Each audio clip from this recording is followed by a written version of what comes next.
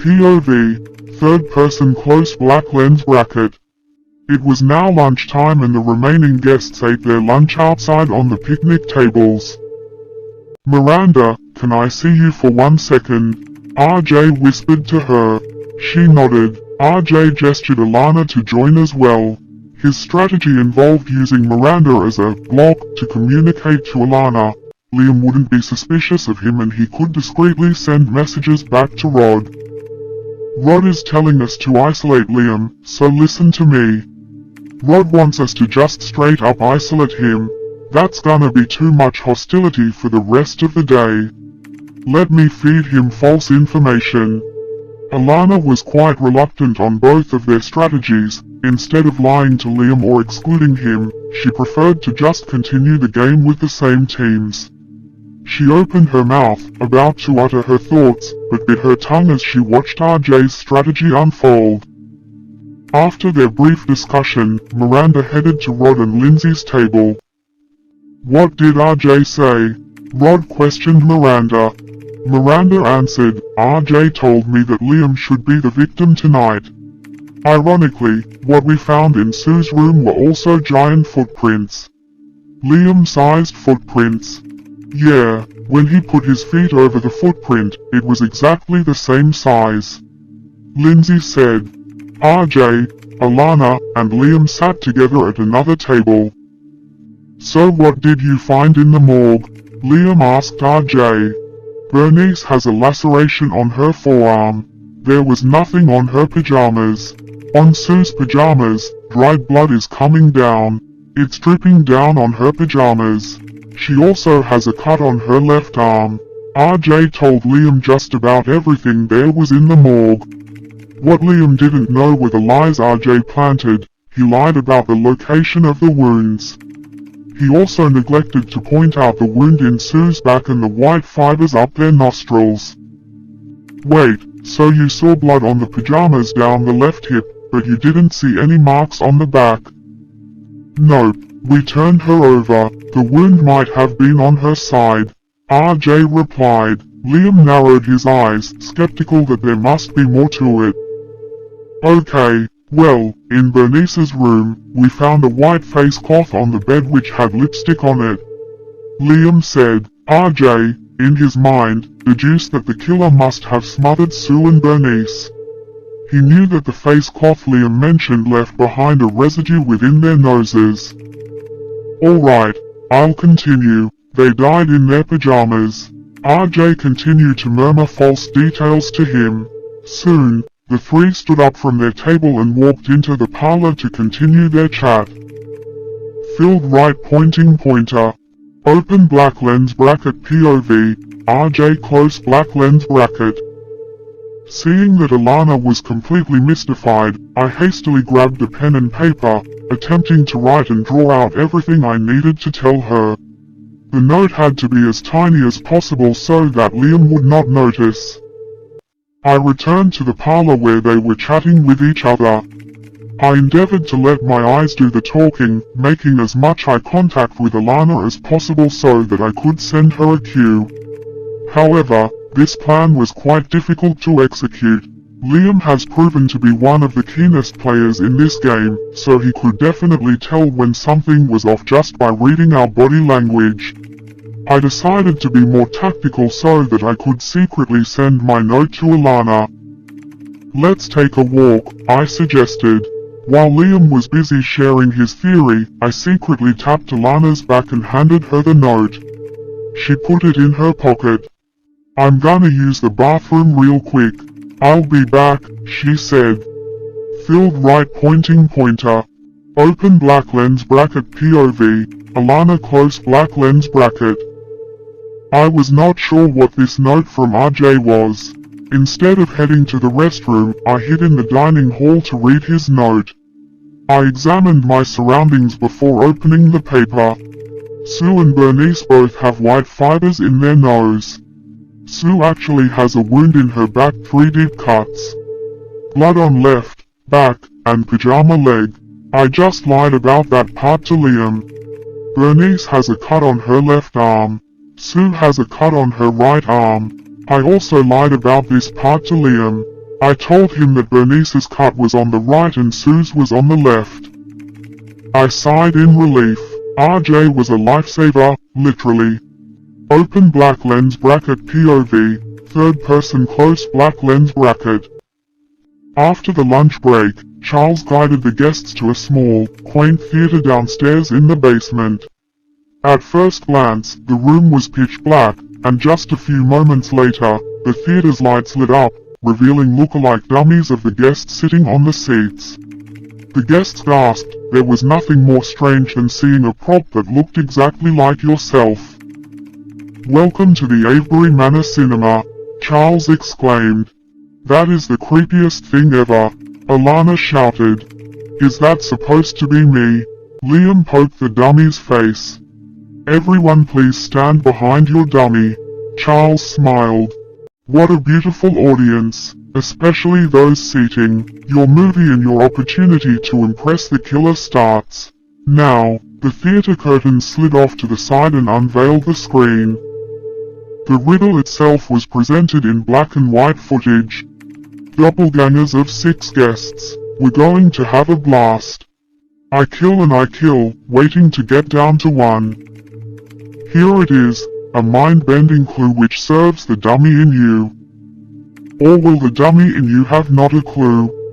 The clue is, double snowman. They will be key. Less than greater than. Just lift the lid and you will see. Double snowman. Lindsay scratched her head. "You are all off on your own now," Charles instructed.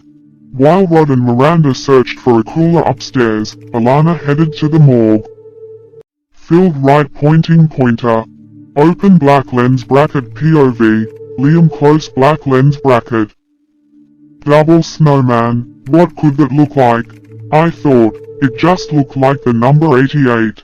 That can't be it, I murmured. I headed upstairs to the great room and repeated the phrase inside my head, they will be key.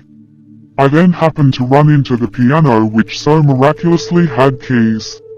With the last part of the riddle lingering inside my mind, I opened the piano cover. Each key was numbered 1 to 88, so I figured I was on the right track. Below the piano was a small drawer with tags and parcels. "RJ, come here," I whispered. I read the clue on the tag. "No doctor is brave enough to perform this painful task. Self-operation, you ask. Open your stitches to the bone.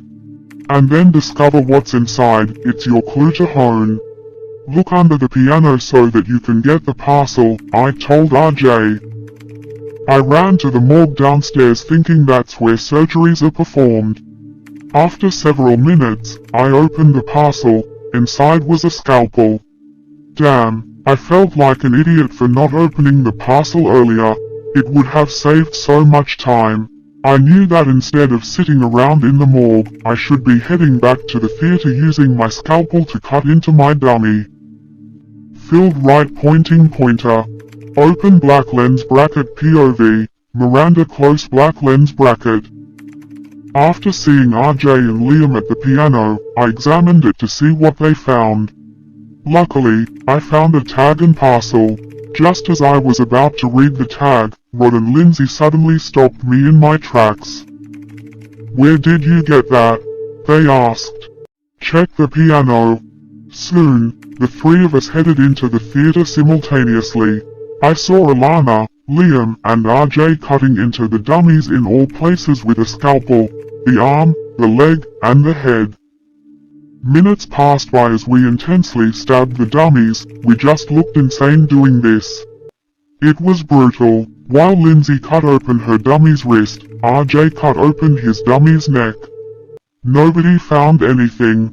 Suddenly, I remember a clue Rod pointed out in the morgue. Sue had 3 wounds to her back, so the clue could possibly be in the dummy's back. I cut into my dummy's lower back and inside was a small paper with the final riddle. Huzzah! If these walls could speak, they would incriminate me. A cold-blooded killer, only they can see. Where I sojourn is a space for corpses closed off to all. Move it to the side, discover my hidden wall. Use your scalpel when you run about. Cut across then down, cut my heart out. A space for corpses, that had to be the morgue. I scouted the theater and discovered that there were shortcuts to other rooms. I followed one of the shortcuts to the morgue and upon arrival, I started looking behind shelves. I finally found a movable shelf of chemicals and pushed it out of the way, disclosing a large door of laminated paper. I used my scalpel to cut across and down the door and sure enough, the estate bell rings. I beamed, knowing that I solved the riddle once again. This hidden room smelled horrid. It was like a second morgue or some sort of torture chamber. Inside, I noticed 2 tables and a large puddle of blood inside the sink. There was also a black, 3-wheeled cart that looked like a dolly and a bucket put together. I continued looking around and on the shelf, there were black sneakers men's size 13, another washcloth with lipstick on it, a hunting knife with blood on the tip, and a small bottle of chloroform. I speculated that the killer woke up Sue in the middle of the night and forced her to walk outside, stabbing her back bit by bit. This explained the small blood drops in the hallway and the wounds on her back. Inside the sneakers, there were folded balls of tissue. How expected, I snickered. The killer covered their tracks, so Liam was probably not the killer. Filled right pointing pointer. Open black lens bracket POV, RJ close black lens bracket. Oh, crap, I groaned, realizing that Miranda just solved the riddle. I knew for certain that my team was about to crumble to the ground. Is there anything we missed? Is there anything in the morgue? Liam asked. He hoped to obtain a tidbit of information. I got nothing, I sighed. I'm kicking myself because if I hadn't gone back to my scalpel, I could have solved the riddle, Alana ranted. Rod and Miranda both owe me one. I gave them information about Alfred's death to make sure they were spared. Hopefully, they will do the same for me, Liam said. He then approached Rod who was standing at the other side of the parlor. Man, what do you want now? Is it time for the daily Liam pitch? Rod scoffed. Nope, I came to get a helping hand. Remember when I solved the riddle and gave you and Miranda information? Oh, that time when you tried to get us to betray our team. Got it, there are no helping hands. What the hell are you talking about? Miranda joined in. Also, Liam, I paid that debt yesterday. I gave Bernice half a clue so that she could tell the rest of your team. Liam smoldered for a few seconds. Forget it. I gave you 2 information and I'm not getting any back. He then exited the parlor as Rod smirked at him. Meanwhile, I stood beside Rod. Are we sticking to our deal? I asked him. No, our deal was that you were not going to tell Liam anything. You were supposed to come over to our team and ice him out. If Liam solved the riddle, you would have crawled right back to him and denied that you ever lied. We talked about it in the morgue. Right, but that's just going to cause hostility for the entire day if I ice him out.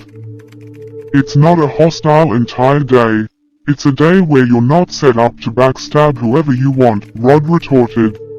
RJ, you're a coward. You're not afraid to plunge a knife into somebody. You just don't want them looking at you in the eye when you do it. His domineering attitude left me speechless. Rod was one son of AB******. I lied to Liam, one of my own team members, and Rod burned me. Open black lens bracket POV, third person close black lens bracket. It was time for everyone to state their case for Sue and Bernice's death. As usual, everyone dressed up for the formal dinner and adjourned to the library to create their recording. Recordings of everyone's statements. Note before you read the statements, and multiply next to a statement means the statement is incorrect or insufficient. Those with a lot of multiply have a high chance of getting a scared card and being murdered by the killer next. After the guests present their theory, they must guess who the killer is. Rod from his recording, so, here's what happened. Liam, you give us a Hollywood-themed double murder, double feature. Less than greater than. Alana, I'm terrified because nothing is making sense. What I do know is that the girls were in their room. Miranda, you used the elevator to sneak upstairs with a black three-wheeled cart. RJ, you came upstairs in the elevator with your embalming equipment. Multiply. Rod, you went to Bernice's room in the middle of the night and using a chloroform-soaked rag, you knocked her out. Alana, and then you break into Sue's room. I think. Lindsay, Sue's room is locked, so good thing you have this contraption with you to wire under the door. RJ, you dragged Sue's body back into the room and on the rug, extracted all of her blood. Multiply. Liam, and then you made sure you were careful with her, you wrapped her up in your own comforter, so that you didn't spill anything. Multiply. Lindsay, you got Sue out of her bed and with the knife to her back, you marched her out. Rod, you stood in front of the elevator and you pressed the button as Sue's wounds bled down her pant leg. Liam, but you never used the elevator because you got secret walls and secret rooms everywhere. Multiply, you could move throughout this house unseen. Alana, then, you go into some secret room that I have no clue where it is. Miranda, and that's where you finally use the chloroform to also knock out Sue. Alana, you drained their blood and staged them downstairs where it was cold enough for the rigor to set in. Lindsay, in the end, you made sure that everyone else found me standing next to their cold, dead bodies. RJ, that's 2 days in a row that you hung me out to dry, Rod. I'm still convinced that you are the killer, Liam. Liam, looks like it's going to be me and you, Rod. Lindsay, Miranda, I know you're the killer. Miranda, Lindsay, I'm onto you. Moments later, everyone sat down for dinner. The tension was so palpable that barely anyone uttered a word for a solid 2 minutes. Suddenly, RJ broke the silence, so Miranda, what else did you find in the hidden room when you solved the riddle? A scalpel, men's size 13 chucks, a hunter's knife. Which is why I think the killer made Sue walk while stabbing her. Well, the pajama pants had blood drippings all the way down to the side. RJ pointed out. But did she have a knife wound on her side? Liam asked. RJ slowly avoided eye contact as his face flushed a bright shade of red, fearing that Liam was going to discover that he lied about the location of the knife wound. It's not. Why you can't. It might have been something from the scalpel. Something that came, he stuttered. Liam interrupted, but there was a wound. I thought it was a claw mark when I first saw it. Rod remarked. On the side of her body. On her back, Lindsay said. Liam turned to RJ and glared at him. Of course you would lie about that, he scoffed. RJ sighed. Soon, Charles walked into the dining hall holding envelopes. Greetings, Charles exclaimed. The guests finished their conversation and turned their attention to him. It seems that one of you has given an Oscar-worthy recording. The nominee for Best Picture is Miranda. Congratulations, you were spared. She smiled triumphantly. You alone have wowed the audience while stating your case. Here's looking at you, kid. That's amazing. I definitely feel redeemed. As for the rest of you, please sit back and listen closely to the killer's acceptance speech of how the other nominees got snubbed. He read the killer's murder story. The murders of Sue and Bernice were the odds-on favorite for Best Murder. I slipped into their nominations in the middle of the night by using a door-opening gizmo, a metal-wired contraption. By using the gizmo, I first broke into Bernice's bedroom. While she was asleep, I poured chloroform onto a rag and covered her mouth with it. She woke up, screamed for the first 3 seconds, and soon after, she was knocked out. I carried her body to place her in a 3-wheeled cart and transported her from one room to another, leaving behind wheel marks and size 13 footprints. However, the shoes are stuffed with tissues. Any size is possible. Again, I used the gizmo to break into Sue's bedroom and tapped on her legs to wake her up. I could see the look of terror on her face when she woke up and saw me holding a knife. She sobbed, knowing what was about to go down. I gestured her to push the cart with Bernice's cold body. She stood up, still flushed with tears, and as she pushed the cart to the elevator, I slowly jabbed her back with a steel knife, which left behind small blood drops toward the elevator door and 2 sets of footprints. I took them both to my secret chamber located behind the hidden wall in the morgue. Right after Sue set her best friend down onto a slab, I smothered her with another washcloth of chloroform. At that point, it was all quiet on the Western Front. After I set Sue down onto a separate slab, I used a scalpel to cut the wrists of both actors, which drained every drop of their blood. After that, I redressed them and put them on the piano. I even turned the AC on full blast because the scene gave me the chills. Alas, they were camera ready for their starring roles. And the winner is... your killer. Gross. I feel sick, Alana murmured. Charles handed everyone their envelopes. The guests opened their envelopes in the following order. Miranda spared. Lindsay spared. Liam, please open your envelope next. Charles instructed. I already know what it's going to be, he murmured. Sure enough, he opened his card. Liam scared. You have no conscience, RJ, he sulked. RJ stayed silent and looked down ashamed. RJ, please open your envelope. RJ scared. So I guess one of us is dying next. Good game, Rod, RJ said. Rod nodded, feeling pitiful of RJ after hearing him surrender. You played well. Alana spared. RJ looked Alana in the eyes. Damn, she has never had a scared card. I'm going to have to watch her, he thought to himself. Just before Charles was about to exit the parlor, he turned to the next envelope in his hands with a special note. Wait a minute. The guests paid extra attention to him with a look of shock. He turned around and walked back to the banquet table. It says here that the killer would not like to kill anyone tonight. That cannot be right. Miranda laughed nervously. Charles continued, but wait, there's more. At least for now, you've all made the grade and in about an hour, you'll all get lays. Wait, what? Alana exclaimed. Open black lens bracket POV, third person close black lens bracket. 11:08 p.m.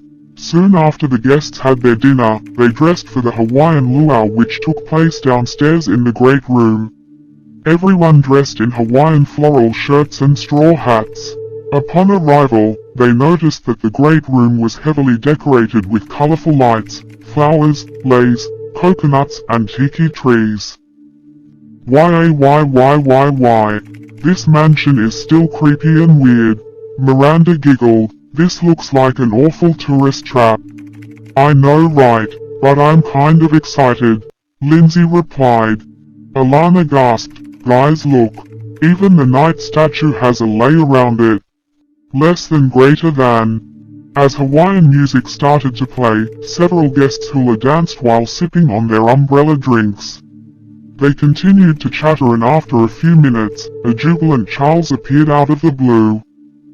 Ah, Alana screamed. Oh wait, it's just Charles. I'm sorry, but every time someone sneaks up, I feel like something bad is going to happen.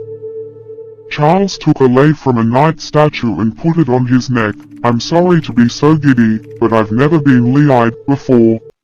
The guests bursted into laughter. I think you all should do a little limbo. He smiled. I think you should, Rod laughed. No, okay, fine. He slipped off his jacket and handed it to Liam. Meanwhile, Lindsay grabbed the limbo pole on the wall and got Alana to hold the other side of the pole. Let's see how low you can go, Charles. Alana laughed. He bent his back to go as low as he possibly could. After just a few attempts, Charles successfully went underneath the pole. "I think I need to see my chiropractor," he cackled. Despite the two scared cards, every guest seemed carefree, like nothing bad was about to happen. It's safe to say that the mirth in the room diverted their attention away from this devastating game of life and death. With the time now at 11:59 p.m., the guests gathered around for a toast. "Tonight, we luau." Liam raised his glass. The guests clinked their glasses together. As soon as the clock struck midnight, the whole mansion had a blackout and the cheery music cut out. "Oh my God, oh my God, what's happening?" Alana shouted as she couldn't see anything in the darkness. A few seconds later, the guests heard the sound of a large chandelier crashing on the floor. "What was that noise?" RJ screamed. Charles activated a flashlight and turned it to the direction of the broken glass noise. There it was, Liam's corpse underneath the huge weight, his stomach face down, and several shards of glass from the chandelier that penetrated his head and neck. Everyone gasped. "Holy crap, I'm so sorry that this happened to you, Liam," Miranda cried. "My dear guests, unfortunately, the killer has crashed our party." Charles mourned. He reached into his pocket to grab a note from the killer. "Dear mortals, there will be no investigation tonight. You are to adjourn to your rooms until morning where all the lights will be turned back on. The crime you are about to solve will be the most difficult yet." 8 hours after Liam's death. 8:13 a.m. next day. The guests dressed up and gathered together in the parlor with Charles. Luckily, the electrical power was back to its original state. Charles gave the guests instructions. "Good morning. I trust that you all have rested peacefully. As you know, we are down to 5 people now." The guests looked down at their feet, mourning the previous guests that experienced catastrophic deaths. The 3 areas available for scrutiny today are as follows: the crime scene, where Liam's life was shattered into 1,000 pieces, the last known whereabouts, Liam's bedroom, and the morgue. I will leave this room for you all to make your decisions. "Where are you going to go?" Alana asked RJ. "To the last known whereabouts," RJ responded. "Yeah, I'm going to go there too," Lindsay replied. Alana folded her arms knowing that Lindsay was an opportunist. She couldn't trust her to be in the same location as RJ. The remaining guests continued chatting and Charles returned back to the parlor with 2 maids beside him. "My dear guests, who wishes to visit the crime scene?" Only Rod raised his hand, but at the very last second, RJ also raised his hand. He figured that getting some information from Lindsay was better than getting no information from Rod. The 2 were escorted by a maid to the crime scene. "How about the last known whereabouts?" Lindsay was the only one to raise her hand. She followed the second maid to the location. "That leaves Miranda and Alana. You can go to the morgue yourselves. I somehow lost my cell phone and I cannot find it." Miranda and Alana were left perplexed. Nonetheless, they decided to head down to the morgue. Filled right pointing pointer. Open black lens bracket POV. Rod close black lens bracket. Location crime scene. RJ, Rod in the crime scene, which in this case was the great room. There were several items that RJ and I could investigate. The dropped chandelier, a large blood trail, and a long dangling piece of red rope that appeared after the chandelier dropped. That's kind of weird. If you decide to drop a chandelier on somebody, you just cut the rope, but this rope lowered down. I pointed out. Yeah, the killer lowered the rope fast to make the chandelier fall, I believe. RJ suggested. Maybe with a lever. What else would this rope be connected to? I pondered. I continued investigating until I noticed that the blood trail seemed off. There were some blood splatters that probably came from the chandelier colliding with Liam, but there was also this huge blood streak that went from one end of the wooden dance floor to the dance crest in the middle. It looked like a giant paint stroke which seemed odd to me. The chandelier wouldn't have caused that. The wounds that the chandelier caused wouldn't have been the source of this long blood trail. So this blood trail goes from that end to this green-bluish crest painting on the floor, I pointed out. Yeah, RJ murmured. I assumed at this point, RJ had 1,000 thoughts flying through his head, but he just didn't want to cooperate. I decided to search elsewhere around the crime scene in silence. While he was still investigating the blood trail on the dance floor, I was working to find some sort of trigger for this whole trap. I wandered throughout the entire great room to find anything else significant, and sure enough, behind one of the short cabinets, there was a black scorch mark on the wall. I pretended to not notice anything in order to keep RJ's attention where it was at. On the power outlet, there was a timer device plugged into it. It seemed that when the clock struck midnight, the timer was rigged to short-circuit the entire mansion's electrical system, turning off all the lights. Right above the outlet, there was a curtain blocking a lever which the killer could have used to bring the chandelier down. From the looks of it, RJ did not know about the timer and lever clues I found, so my team was already far ahead.